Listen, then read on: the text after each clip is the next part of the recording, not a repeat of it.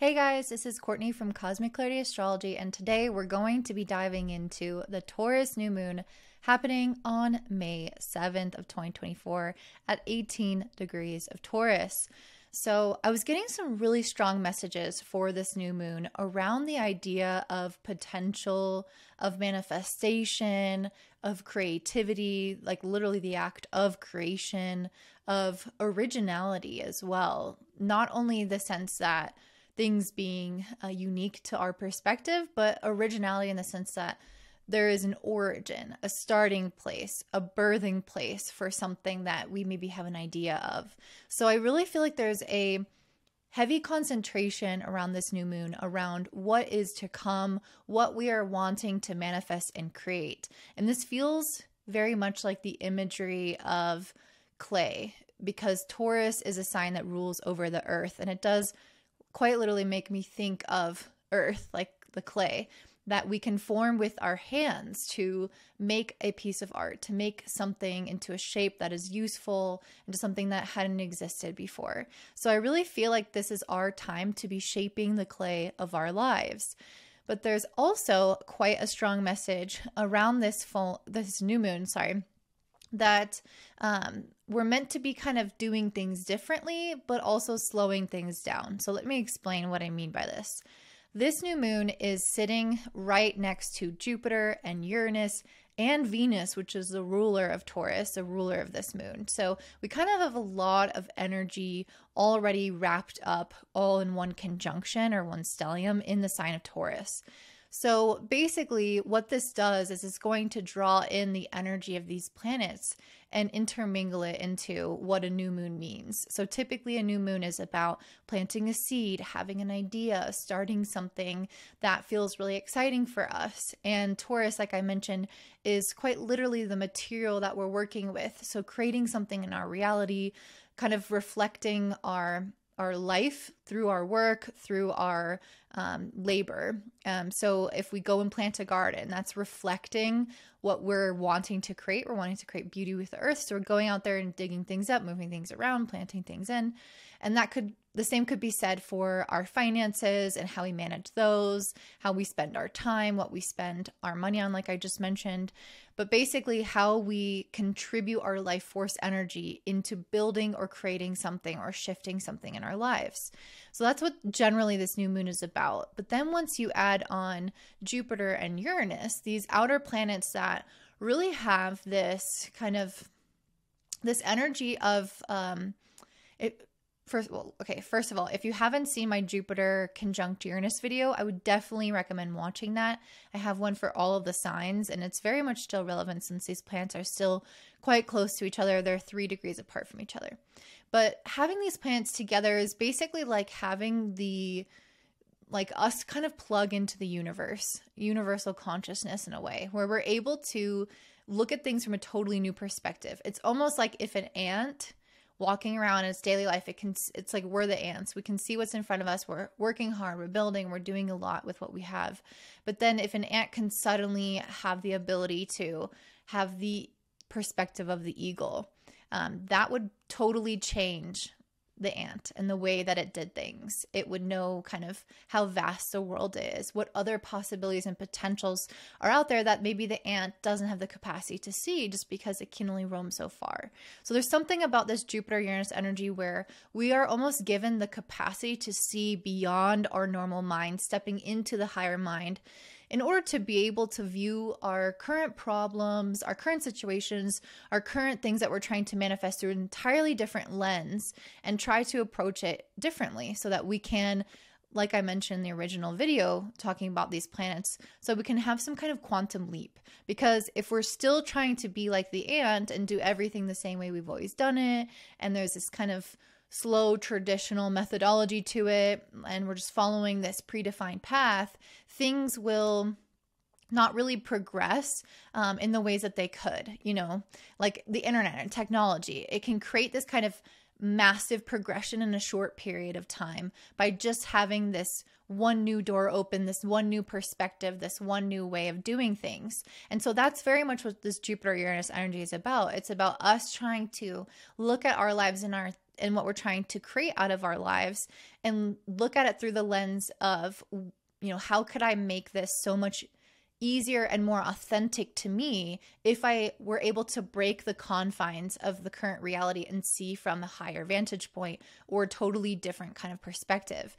It's really the energy of the inventor, where you are able to dream up something that doesn't exist that might get some doubt and criticism from people around you who don't get that, who are maybe stuck in a different frame of mind. And so there's very much themes around this that could come up around this new moon, where we are approaching our manifestations through a new lens. We're wanting to try new things on, break our current mold of thinking, and we could, in some instances, receive maybe some backlash or some misunderstanding against kind of what we're trying to accomplish, or people who are naysayers who just don't agree or feel like it's even possible. And then having Venus conjunct this new moon, I feel like just kind of creates this purity or this undiluted energy of what Venus and Taurus is typically about. And I feel like there is really this kind of desire for nourishment and simplicity and ease, in a sense, where we're not like resisting things in life. We're kind of just taking things one step at a time.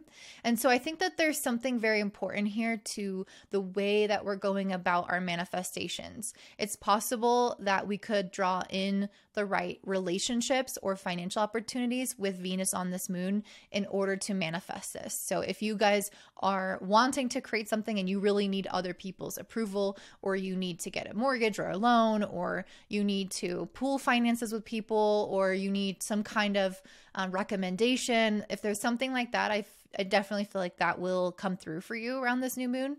But besides that, I also feel like this moon maybe talks about approaching relationships and our ways of collaborating differently as well. So if you've been working with people, or if you've been in a relationship with somebody, the way that you kind of go about that could need to shift in order for it to be most aligned with this type of, perspective shift.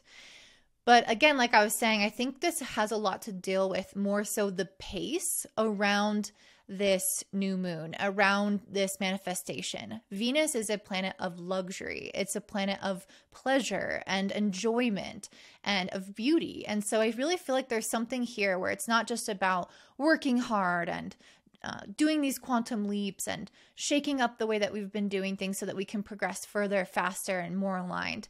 That is great, but I think it's also about truly enjoying the journey and slowing down in a way where we can like stop and smell the roses, where we can savor the current process that we're in, because each step of our journey is enjoyable. Each step has something really beautiful that it's teaching us. Each step has something fruitful about it. And I think if we're just always concentrate on the future, which is kind of a pretty predominant thing with Jupiter and Uranus together, it's very future oriented. If we're so focused on that, then we can really lose our connection with where we are now. And this Venus and Taurus energy is really grounding us into where we are now, nourishing where we are now, learning and soaking up everything we can about this current phase of our manifestation or of our life, and not trying to rush the process. And I think another indicator of that is the fact that this new moon makes a very tight, pretty much exact sextile to Saturn.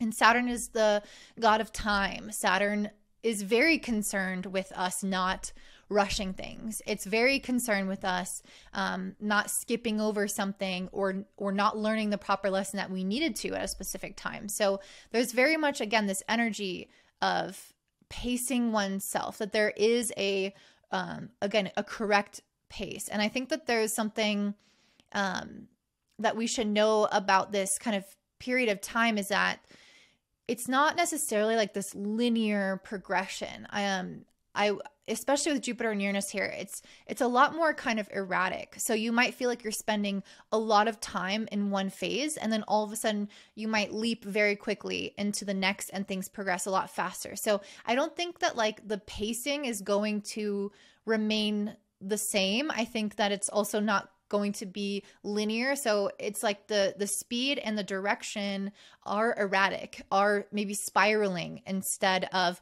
a steady line. And that is very consistent with life. Like the only thing consistent about life is that there's constant change and kind of this tumultuous energy, which again, with this Jupiter Uranus is symbolic of this. So that's why it's important to be very grounded into each phase that we are in, because really it could and likely will pick up the pace or turn and shift quite radically at certain points of the journey. And so when things are slow, I think it's really going to be important for us to not make that mean something is wrong. And that can sometimes happen, especially around the time of this full moon, because we do have Mercury and Chiron exactly conjunct at the time of this new moon. Did I say full moon? I meant new moon. And it's next to the North Node in Aries. So this can really, the impatience of the journey can really get the best of us with Chiron and with Mercury, where we can get in our own heads and we can start to have doubt and think like, well, you know, they did it this way and we're comparing ourselves. And because of that, that makes me feel like I'm behind, or that makes me feel like I'm not doing things right because it was done differently by someone else at a different pace. But there's this, I guess what I'm trying to say is that we really don't want to put so much pressure on already being there or already being perfect, because this Mercury Chiron energy can really make us very aware of our flaws. And I think it's important to handle our mind with strength and with compassion. So not allowing our mind to kind of go off and tell ourselves things that is not serving our interests, as well as being compassionate with ourselves along the journey and not rushing the process or comparing our process to somebody's end result, because it's never going to be perfect, and especially not going to be as good as somebody who's been doing it for a long time or who already has that result for a long time. So it's going to be really important to engage with the present moment, engage with where you are in the process, accept where you are in the process, kind of dig your heels into exactly your current location, while also being open to shifting the way that you do things, shifting your perspective about things, but not rushing it while also doing that. I think one of the things that we can look for, especially with, you know, Mercury and Chiron on the North Node and Mars quite close to the North Node, one of the things that we can look for is kind of reassurance or guidance through signs and synchronicities. Like, are there messages of things that we're hearing in a YouTube video like this one? Or are we getting some kind of confirmation that some decision or action that we took is really paying off for us? Look for those green lights along the way, because that will help you adjust and feel comfortable exactly where you're at, because it's a sign that you are on the right path and you don't need to completely alter what you're doing. There is, again, some kind of alteration that we're doing with this Jupiter Uranus, but we're not taking a totally different path, and we're not needing to like focus on all these shoulds, which is kind of typical with Saturn. So I'm really interpreting Saturn as, yes, doing the hard work. There are some things that you have to do, but then there are things that society expects us to do, like shoulds around how things have already been done. And that is where I think we are divesting or taking our energy and time out of and putting it more into hard work that feels like it matches who we are as people and what we want to be doing. So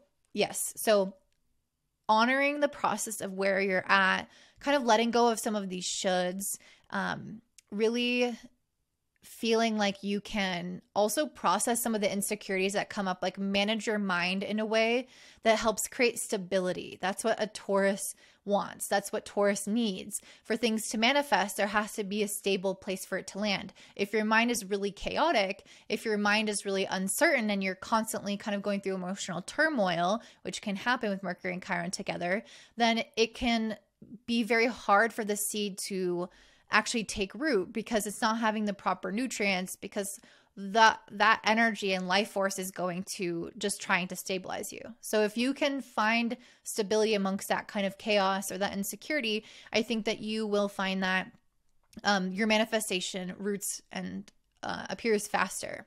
Another thing that we have to be okay with this Taurus energy, especially Venus and Taurus, is the sense of like stillness, that not having things, again, be really full. Taurus can this can manifest in different ways. So Taurus can sometimes want to accumulate, like I want to eat more or buy more or have more in some way to make me feel full. But when Taurus is actually quite stable and feels like they're really trusting in their process, what they find is that when there are pockets of emptiness, they see it as potentiality, as again, that original seed that where you can create something, where you can plant something, where they recognize that quiet or, absence of things or boredom is an opportunity for the potential and the creation that can come out of that. It's like you have to have that space in order for it to be filled, in order for your creation to come to life. And so I think that there's also something around this where we can have a lot of shoulds when we have that spaciousness. We can be like, I should be doing this. I should be doing that. I'm not being productive enough. But what if that hour of doing nothing was actually really important and really useful for you to create the thing that you're wanting to create, because you come up with a brand new idea that you hadn't thought of before in order to get the result. So there's this energy of, yes, being a go-getter with this moon sextiling Saturn, yes, being productive, yes, putting in hard work, but also if there are, pockets within your day and within your week of spaciousness, of emptiness, of boredom, of lack of productivity, that ease and that stillness is quite important for what will come to be. And so you have to allow that and not fight. It's all about kind of the balance. Because Saturn sometimes can go into excess, where it gets into a lot of the shoulds and overworking and overdoing and over pushing. And Mars is now in Aries, quite close to North Node, like I mentioned, within 10 degrees. So pushing and overdoing is a little bit possible right now. Mars is still quite close to Neptune though. So there's a little bit of the sense of like flow and intuition and inspiration that we still have. So we just want to be aware that we're following that and not kind of going against it and not forcing things that don't feel right. So again, noticing your synchronicities, noticing how things feel in your body, noticing when there are opportunities for creation and not trying to, control all of those things and make them be things that you think they should be. So it's really, I guess this whole message is really about the process of manifestation. Let's see.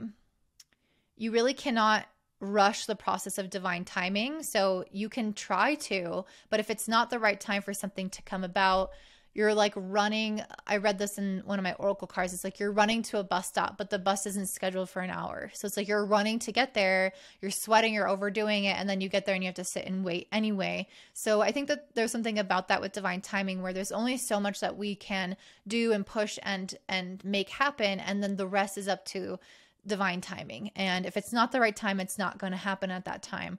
And honoring that, I think, is important. So that whole sense of flow, when it feels right to act. And when it doesn't feel right, then, allow yourself to have that spaciousness. And then I think a lot of it is just about not comparing and judging yourself. And I say that because also Black Moon Lilith is in Libra on the South Node, and this is very common when we start to kind of look at other people. Libra is a very outward focused sign. It's like, what do they have? What are they doing? I want to be liked. I want to be accepted. I want to belong. And so if you are looking at others and you're looking at yourself and you're seeing some kind of incongruency, you're seeing where you don't match up, you're comparing that and judging yourself, you're going to feel like you're behind, you're going to feel like you're not doing good enough, and you're going to get in that spiral of delaying your manifestation further and further. So there's a really strong message here around, again, accepting your process, accepting your exactly where you're at, and enjoying where you're at instead of trying to compare to others. So again, just lots of messages about this being a time for manifestation, a time to do things and look at things differently. I hope some of these images of like the ant and the eagle kind of made sense or landed for you guys. And now we're going to go ahead and dive into what this is going to look like for all of the rising and sun signs. So if you're curious about that, you can find that linked in the description box down below. If this resonated with you, I'd love to hear from you in the comments. Don't forget to give me a thumbs up, subscribe, share with your friends. And before you go, if you want a reading from me, you can always check me out at cosmicclarity.astrology.com.